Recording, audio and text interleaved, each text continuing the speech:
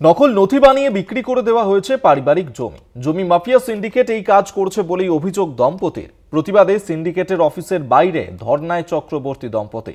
তাদের সমর্থনে এগিয়ে আসেন বাসিন্দাদের একাংশ। অন্ডালের কাজুরা গ্রামের ঘটনা। অব্যাহত জমি মাফিয়া দৌরাত্ম্য।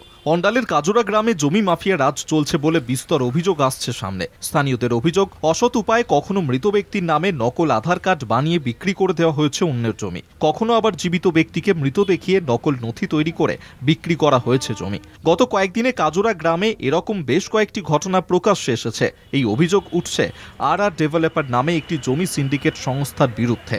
এলাকার বেশ কিছু বাসিন্দার জমি আসল মালিকদের অজান্তে বিক্রি করে দিয়েছে ওই সংস্থা।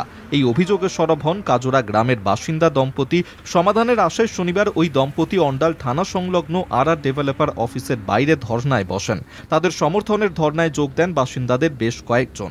তাদের অভিযোগ, হরিশপুর মৌজায় তাদের পৈতৃক সম্পত্তি রয়েছে। নকল নথি বানিয়ে সেই জমি বিক্রি করা হয়েছে অন্য লোককে। আইনের দ্বারস্থ দম্পতি। পুলিশের বিরুদ্ধে অসহযোগিতার অভিযোগ তাদের। এটা হচ্ছে রাজীব মণ্ডল, রতন বর্ণওয়ালের মেন এটা হচ্ছে ঘাঁটি, মানে ডেন বলতে পারেন।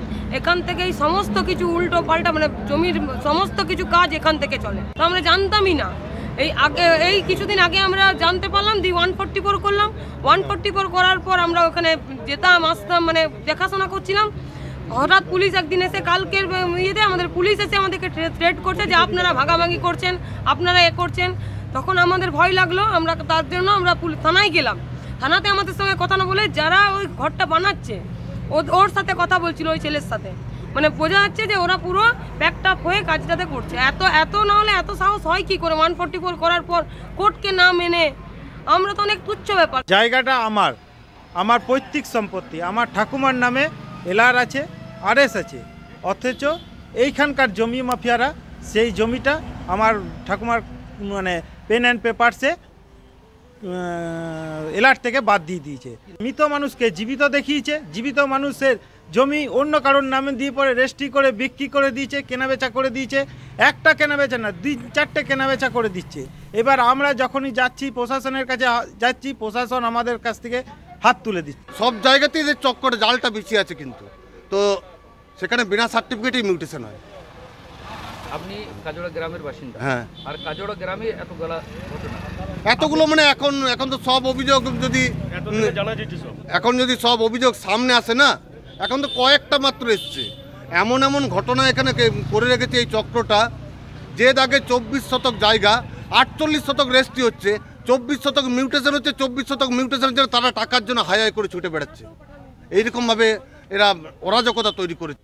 এই বিষয়ে অভিযুক্ত রতন বর্ণওয়াল, রাজীব মণ্ডলের কোনো প্রতিক্রিয়া পাওয়া যায়নি। আমি কিছু বলতে পারবো না। কেন? স্টাফ আছে, আমি কি বলবো? আমি অফিসে স্টাফ। আপনি কিছু বলতে পারবেন না? এই যে অভিযোগটা করছে, আপনি কিছু জানেন না? এই যে এত মানুষ আপনার অফিসের সামনে গরমের মধ্যে বসে আছে ঘেরাও করে, আপনি কিছু জানেন না? কি বলছে, কেন বসে আছে, কি বলছে তারা? ওদের সাথে আমার কথা হয়নি। আচ্ছা আচ্ছা। একাধিকবার মুখ্যমন্ত্রী জমি মাফিয়া দৌরাত্ম্যে কড়া বার্তা দিয়েছেন। তারপরেও চলছে জমি মাফিয়া রাজ। কিন্তু কেন? উত্তর খুঁজছে অভিযোগকারীরা। অন্ডাল থেকে তাপস গোপের রিপোর্ট, কলকাতা টিভি।